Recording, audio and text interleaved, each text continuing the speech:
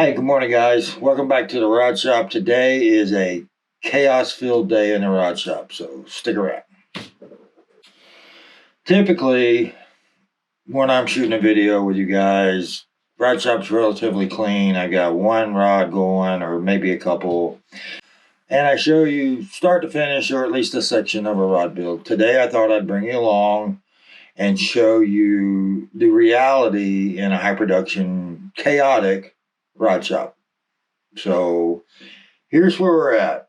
It's 4:45 in the morning. I've been in here since about 3 o'clock with working on a lot of stuff. I've got 6 spinning rods going in various states of disrepair. I've got 4 casting rods that I'm putting G2 handles on this morning. I've got a lot of pre-assembly done on the American Tackle G2 adjustable handles. I've got rods that I need to do load testing on and get guide placement going. I've got another rod that I've got to get the handle on today. So I thought I'd bring you along today and just show you what a real working rod shop looks like. I mean, I know you guys are mostly hobby builders. I'm not full-time in a rod shop yet. This is still a part-time. It's not really a hobby anymore, although I guess you really could count it as a hobby. I still have full-time responsibilities in a job in a company that I own that pays all the bills. I still work in the dirty part of the shop, working on the boats and some other projects. I still fish occasionally. I don't get to fish that often anymore, but that's by choice. Weather's breaking this weekend, so maybe I'll get back out on the water more, which is why I'm in a rush to get these out, because we're going to have some decent weather finally. It's not going to be 900 degrees. And then, guiding. So I stay really busy. So today is a dedicated rod shop day. I'm going to be in and out of here waiting for things to set and cure, and I'll be back. And I thought I'd bring you along. So the first thing I'm going to work on this morning with you guys is I've got 4 casting G2 handles to finish the assembly on. I'll kit the top camera out because I forgot about it, honestly, this morning. And see if we can't get some footage top down of me putting these handles together. So don't go away. All right, well, wrong glasses. That killed about an hour trying to get cameras working again. This is why it takes me so long to get videos out to you guys. So I think I have you guys over there, maybe. I got guys here, so maybe I can show you actually how I'm doing this. So these are the 835190 blanks. These are the 4 flipping sticks. Early this morning, I reamed and cut the butt grip section, and I'll show you how I came up with that. I'm going to turn that off because that noise is irritating everybody. All right, so here was the base section of the adjustable grip. How I did my layout is, you guys know I have my witness marks here on my stand, which I'm about to build me a new stand, and I'll probably, if you guys are interested, I'll take you through the build of my new stand. I'm going to make some improvements to it. This one was built for me. I've gained a lot of woodworking skills since I started building that silly Bodo on the other side of the wall there. So I think I'm going to tackle building my own stand, and I'll take y'all guys through that.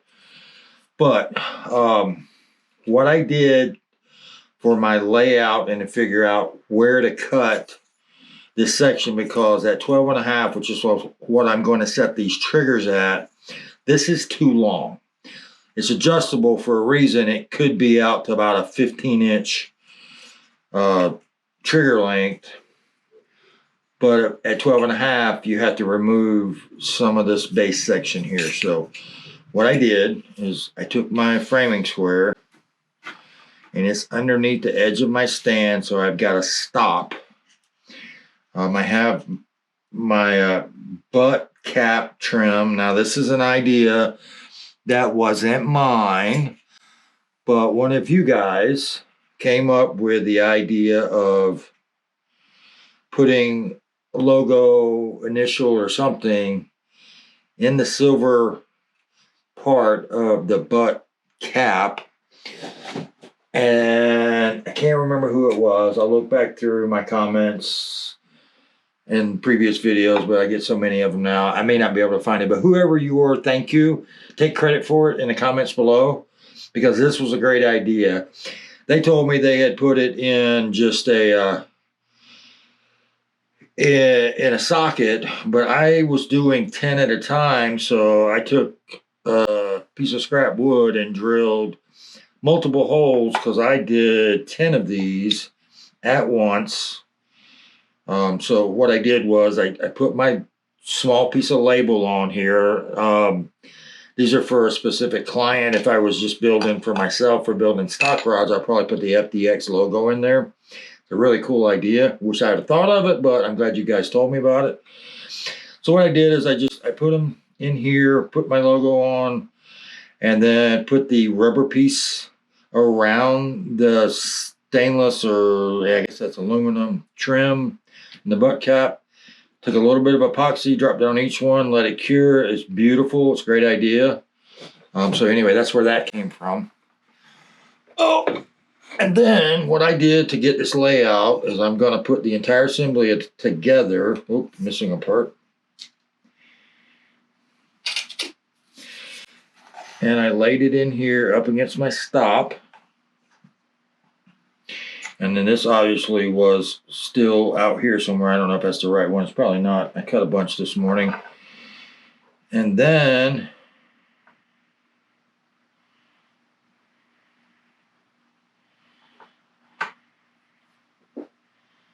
I set my trigger at 12.5.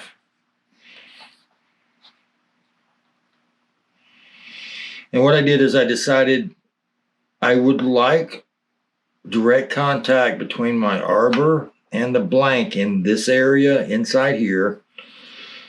And I need a little bit of room for adjustment, so I'm setting that at 12.5. And then the trim ring piece will actually be right here at 12.5 up against my stop. And that's how I determined to cut this much off, because it would not have gone inside the real seat. So, piece gone. That's how I got to this point. Set these over here. Like I said, the day is chaos day in here. Now, what I'm going to do next is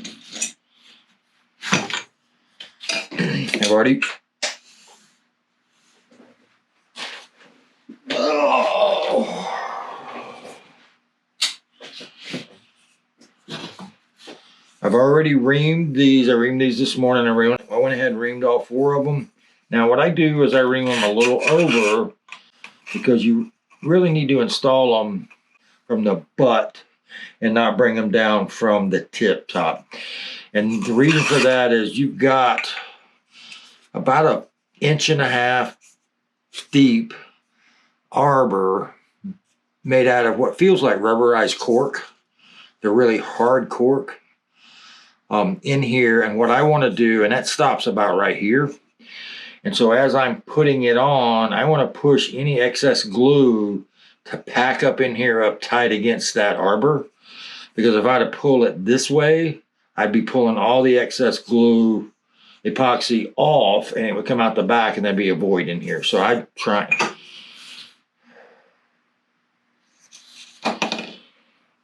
Oh.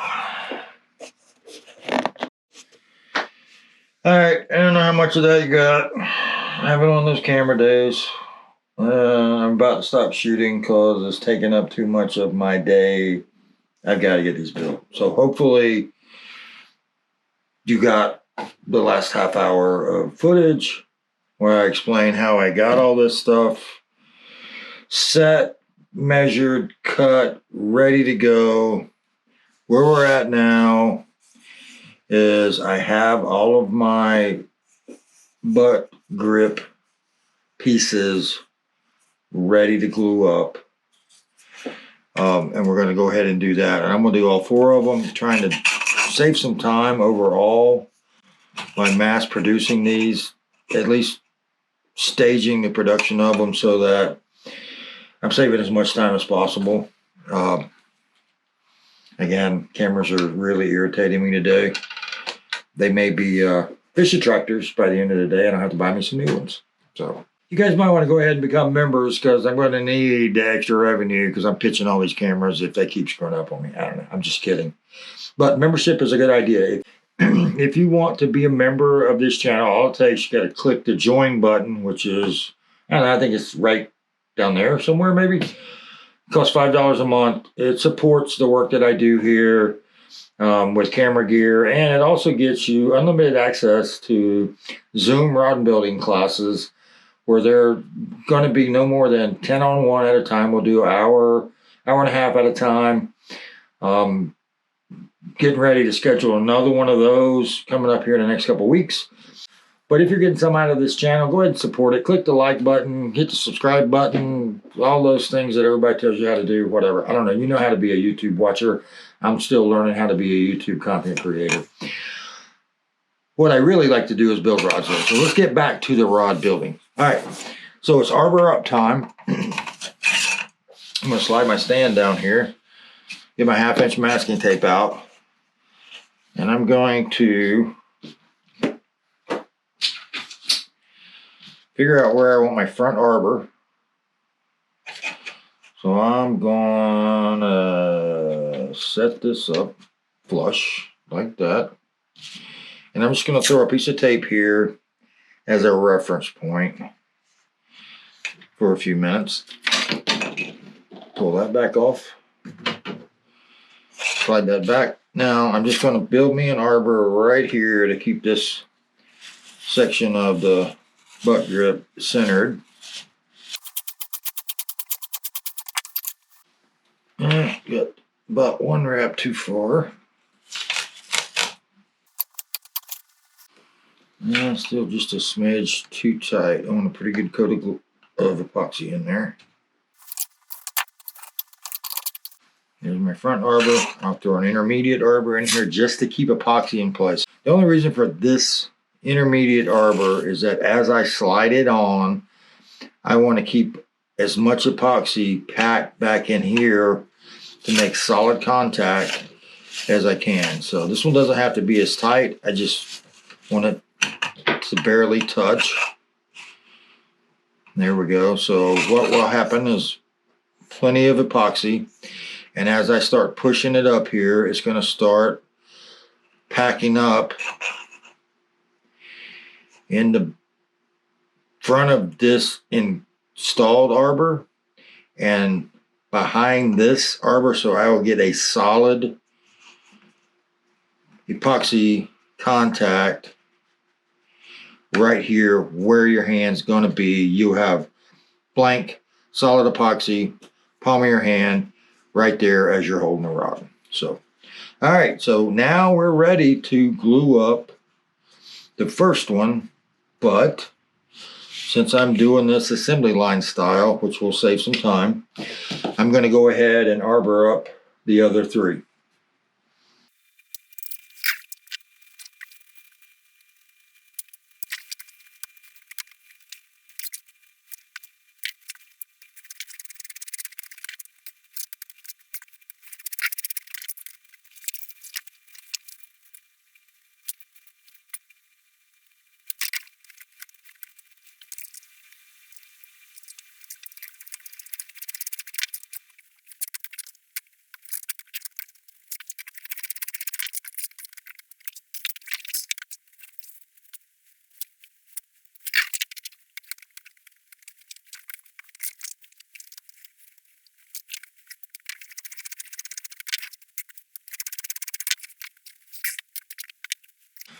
All right, that's the last one. Got it arbored.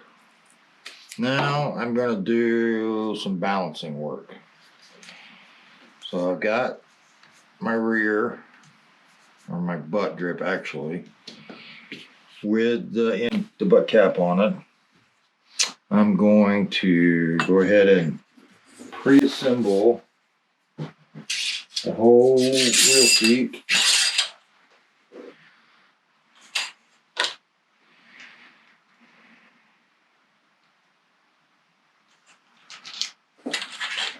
Maybe.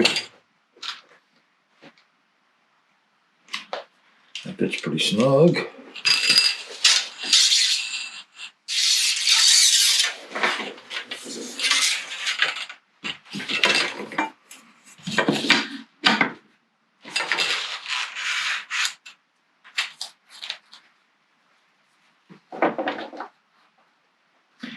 Trigger set at 12.5.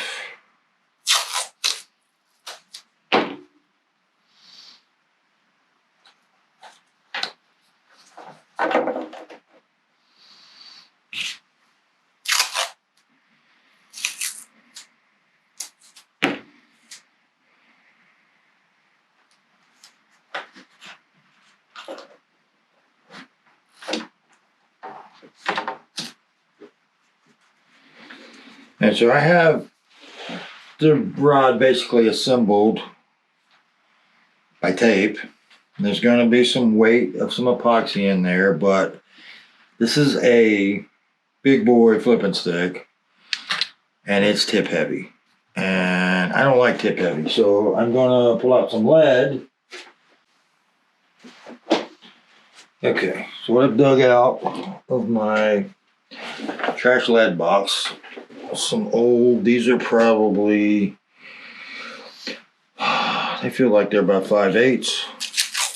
I think that's what it's going to take to get this to balance properly. So I'm going to just tape it to the butt grip to test the weight. Now, well, still tip heavy. Okay, try something else.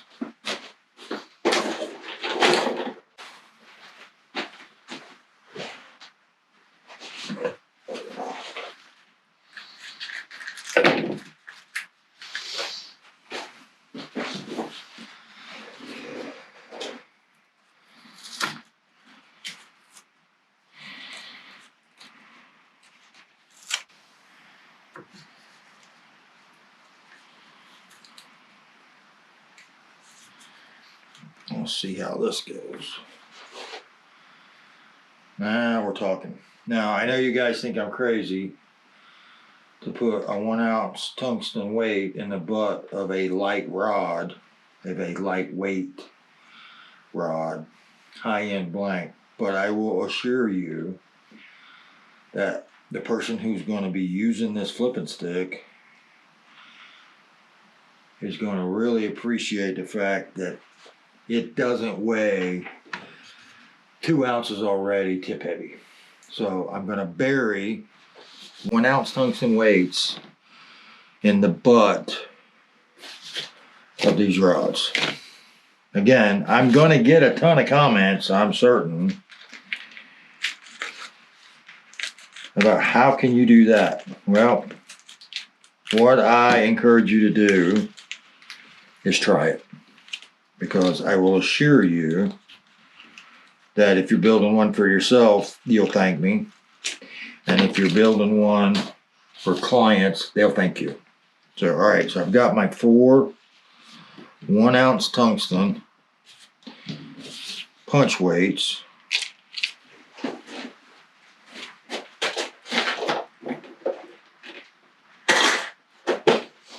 Ready to go in the butt. Now I'm gonna take this off. I'm pretty sure I like it, but we're gonna test it one more time.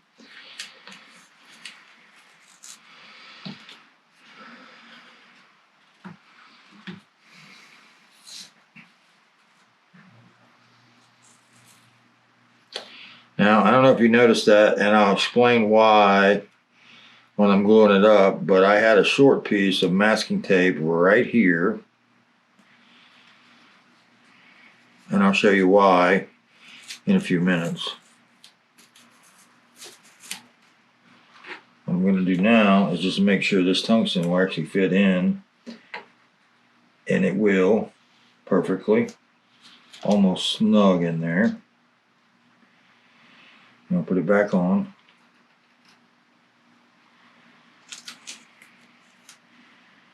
And I'll tape it back to it. And I'm going to handle the rod one more time. Yep, I like it. Okay, so the formula is for this 12.5-inch trigger on this 83, what is this, an 83 5190? I can't remember what blanket it is. I've had one of those days.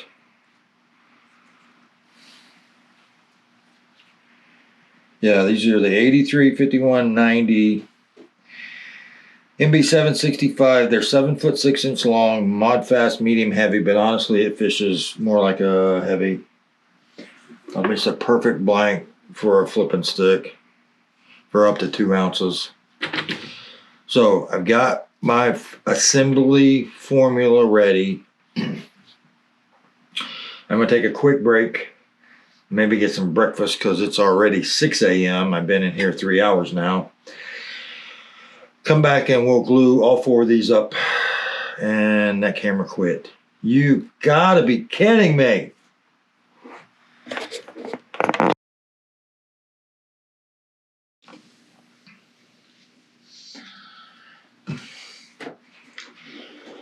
All right, one more time. Another camera switch. Had to change SD card. So, when I think I last talked to you, it was about 6. It's now 6:30 in the morning. I've been in here 3.5 hours. About half that time spent screwing around with cameras, but here's where we're at with these G2 handle assemblies. I think you got to see at least how I got my layout, how I cut my butt section, how I balanced it, and yes, I did put a 1 ounce flipping weight in the butt of these rods, and you can feel the weight. Oh. Standing straight up. But where you don't feel the weight at all is holding it in your hand. This rod is very well balanced. Just a slightly tip heavy, but for a 7.6 flipping stick, it's pretty light in the hand. So now I've got my weight figured out for balancing. I'm going to glue up these butt sections. So I'm going to move some stuff around here on the bench. I said this is chaos today. And we're going to start gluing handles up. So yeah, let's get busy.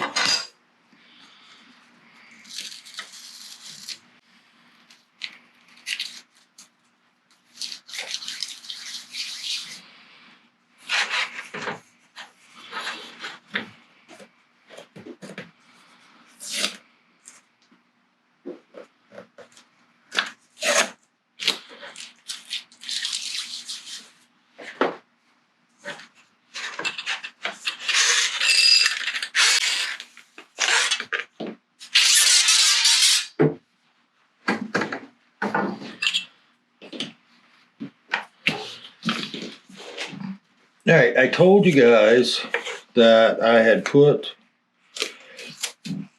a little piece of tape on, whoops, that was the weight. Okay.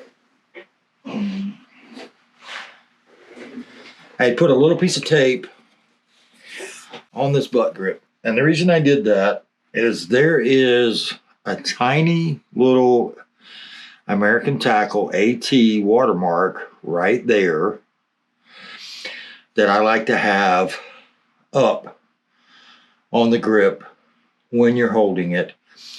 And if you don't have some kind of reference point, when you get it glued up, you wind up turning it around and around because it's hard to see sometimes. But out in the sunlight, it pops pretty nicely. And I know this is an OCD moment for me, and I'm well aware of my problem, but I like things to be symmetrical, and that's one of the nice little pieces of the American Tackle handle that I like to have showing, and that's the AT watermark. So that's what this little piece of tape is about, just so I have a reference point so I can find it quickly when I'm gluing all this up.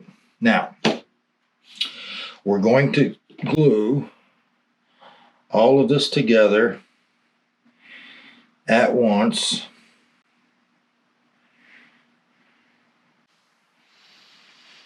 All right.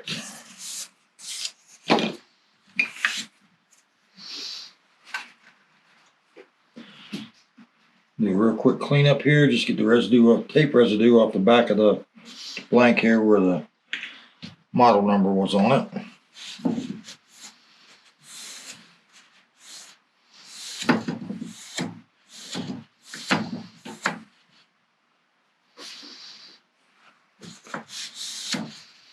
Okay.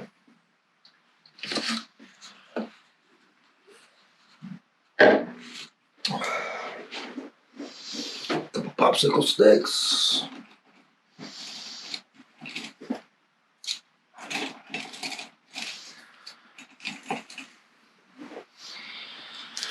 Alrighty.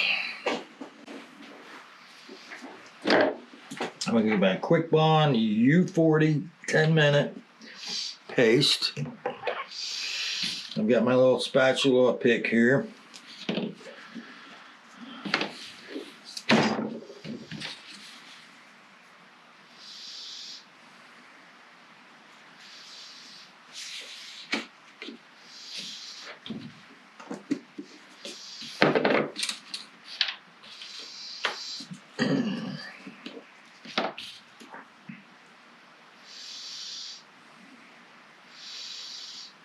Pretty much equal parts.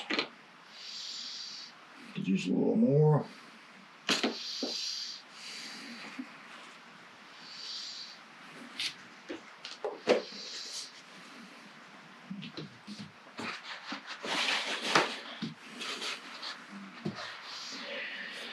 Alright, so we've got the rear, some tape.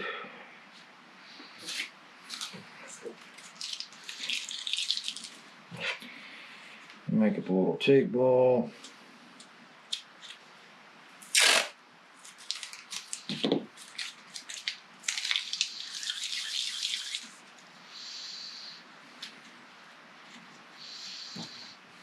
Okay, that's gonna work. You're gonna need a piece of tape to tape it together.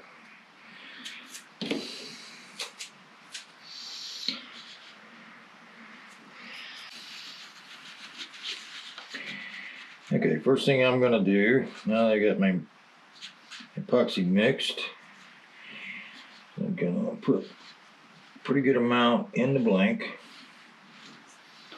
And stuff my tape ball in there.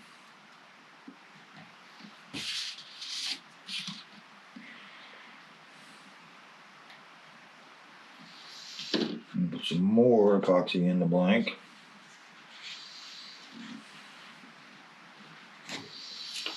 I'm gonna stuff this 1 ounce flipping weight in there.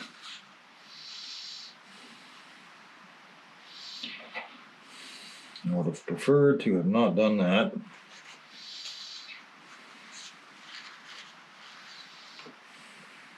I'm trying to keep my fingers relatively clean.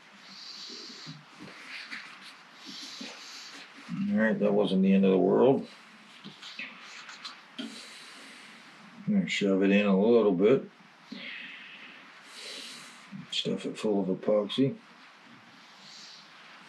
Okay. Now, let's get this butt covered. Time is ticking on this epoxy. And it takes a minute to get everything set. So you don't want to waste any time getting your epoxy on the blank.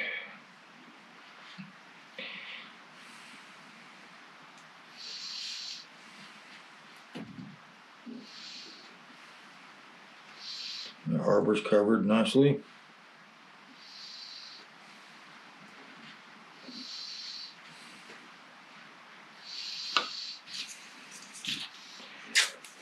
You're going to tape up the end here just to make cleanup a little easier.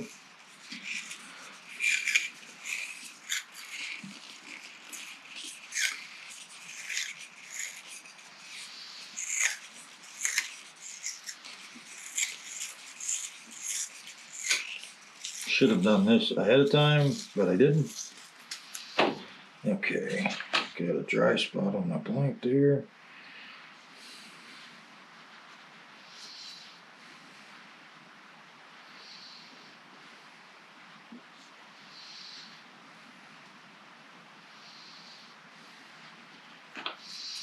Alright, let's commence the shoving.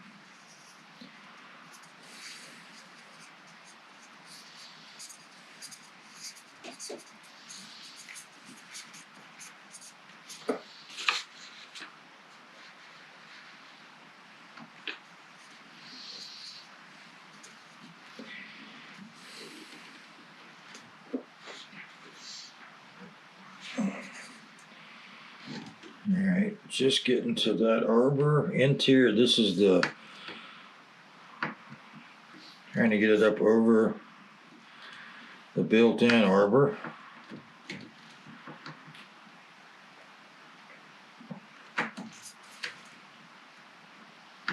There it goes. Pull this excess off. And now, blank is coming out of that arbor. And I want to fill that cavity with epoxy. Now we'll push the excess out. But I don't want any voids in the butt of this rod.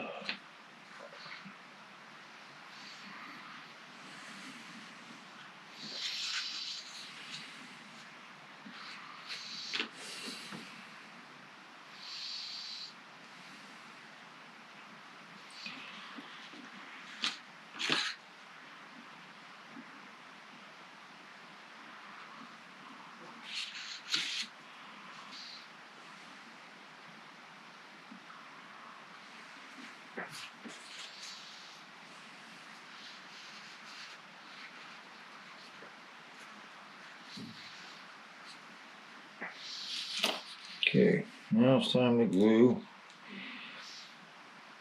the actual butt cap on.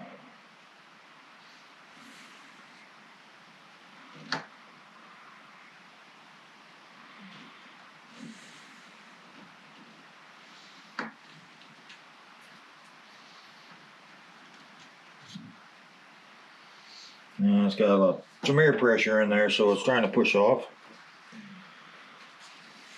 That'll diminish here in a little bit. And go ahead and clean this off.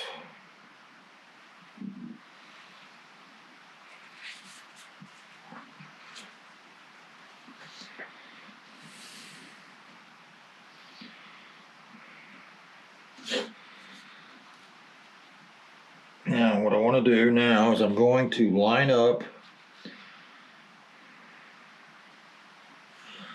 the AT.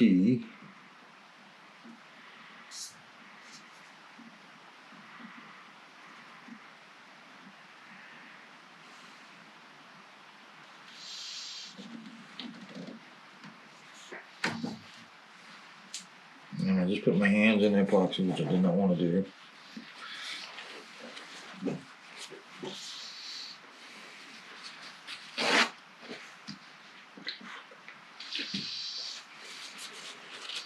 Wow, the cameras are still actually working. What is up with that? So yeah, I probably should have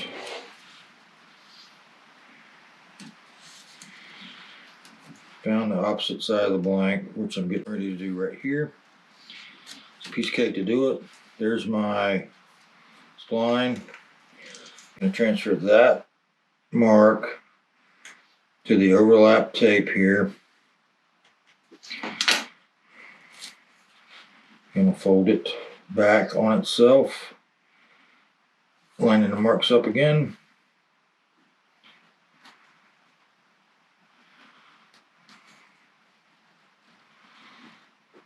That's the top of the blank right there. That's where my AT is going to go. We'll get that rotated around. Like I said, it's hard to see it. It's right there.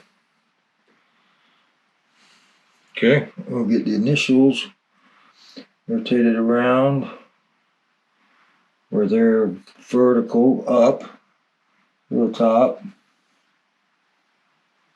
Line it up on the AT. Line it up on the top of the blank. We'll do a quick cleanup of the epoxy right here. Need to squeeze out.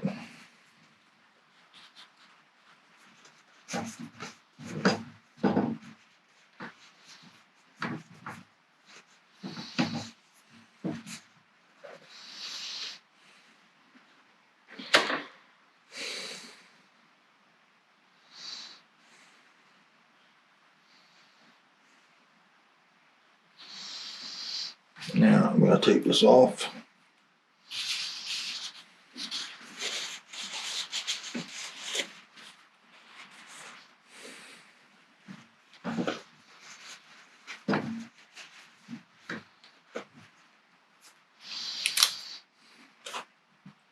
Give it some pressure to get it to stay on.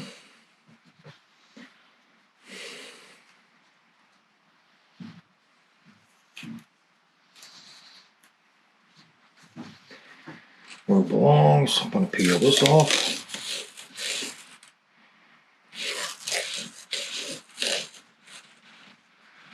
I kept that pretty clean.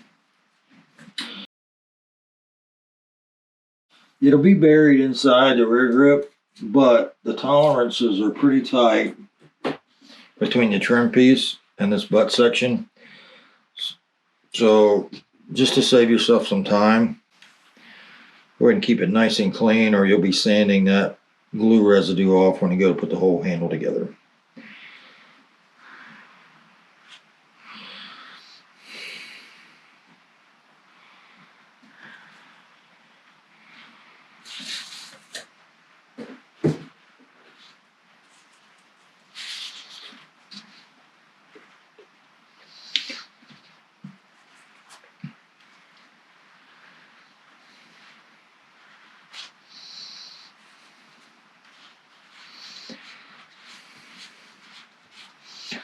I'll check my alignment one more time. It looks good. Now, stand this one up and we wait.